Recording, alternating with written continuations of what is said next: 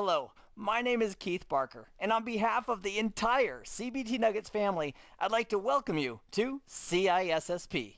Earlier this morning, I finished the last technical video for this course, and oh my goodness, I am so excited about this journey that you and I are taking together to prepare you for your CISSP. A couple of things I wanted you to be aware of first. The website, ISC2.org, I'd like you to check that out.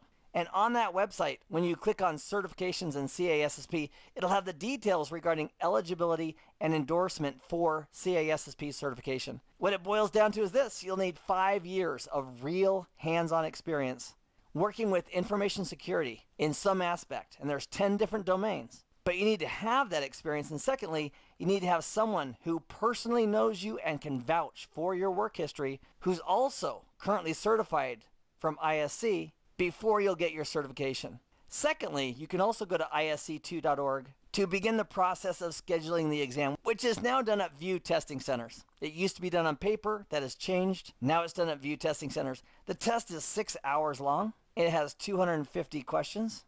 25 of the questions you'll be answering aren't actually graded, but they don't tell you which questions those are. So if they're working with some different types of questions and seeing how students do with them, they are going to mix those into your real exam. But at the end of the day, you need a 70% score, and that's going to be focused on the questions that they're actually grading to pass the exam. Most of the questions are going to be multiple choice, and most of them are going to be scenario based. Here's a scenario. Which one of these 4 possible answers are correct? And I would strongly encourage you to read the question twice, just to make sure you're not overlooking something. For example, they may have a question that says, which of these is the least likely to cause this result? Or all of these are factors in XYZ except for what? And then you want to answer the single correct answer. They also have drag and drop, or they might have some information over on the left, and they ask you to drop some information over on the right. So for example, if there was 8 choices here, and the question might say, please drag and drop the protocols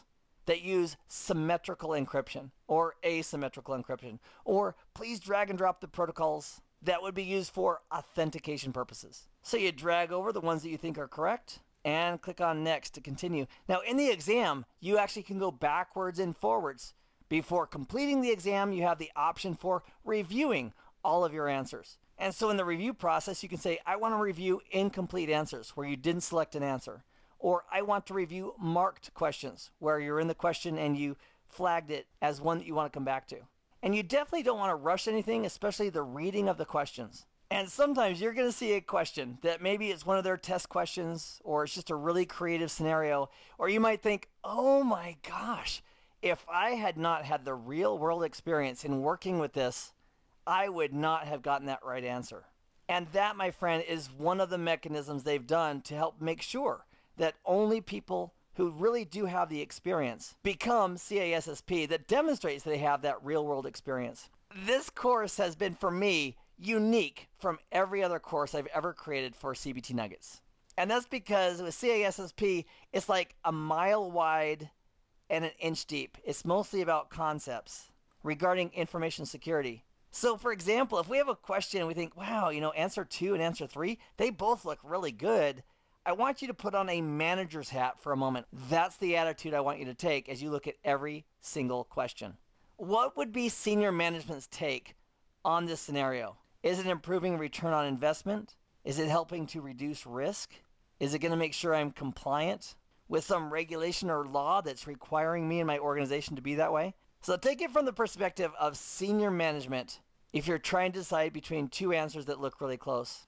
The other item I'd ask you to look at when you're trying to consider 2 answers that look pretty good is focus on the intent. For example, if one answer is talking about AES and the other answer is talking about RSA, which are both great, AES for encryption and RSA very likely for authentication, I would focus on what the question is asking me about.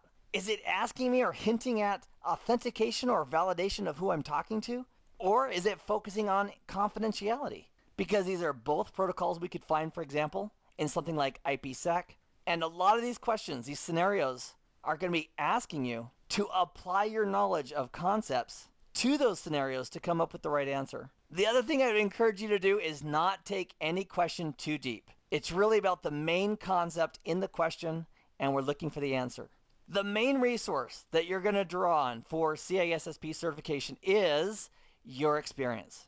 Now, to assist you with that in getting CISSP certified, I have carefully crafted the videos in this course to address each of the common bodies of knowledge that are going to be tested on in CISSP. And I would strongly recommend that as we take those, we're going to do them in order. So you're watching the intro video right now. That's great. The next video is going to be on access control. And many of the domains I have in 3 separate videos. Some of the domains I have in 2 videos.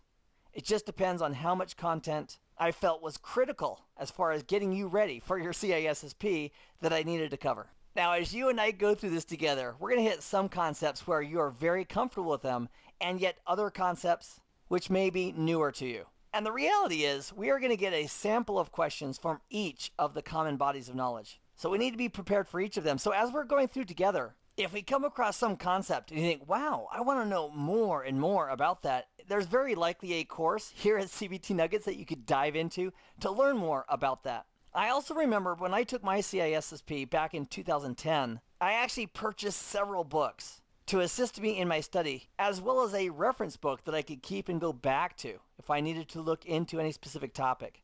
And I would recommend that you have some additional resource as well. Now, if you have a subscription to Safari Books Online, you have access to the entire library, including CISSP content. If you do a Google search for CISSP, there's tons of flashcards and practice exams available for it. In fact, if you're a corporate or annual subscriber with CBT Nuggets, the Transcender exam for CISSP is available to you as part of your subscription as well. So I wanted to share with you the author, Sean Harris. Back in 2010, that is one of the books that I purchased, and she updates that periodically. For example, when ISC updated the CISSP exam, she, referring to Sean Harris, came out shortly thereafter with an updated version of her book, and it is like 1,400 pages long. It's very, very thorough. So it's not something that you'd actually sit down and read the entire thing through for the average person, but it could be an excellent resource if you did want to dive deeper into any specific topic. I am genuinely excited about taking this journey with you, and your action item right now is simple. It's to start that next video as we look together at the world of access control.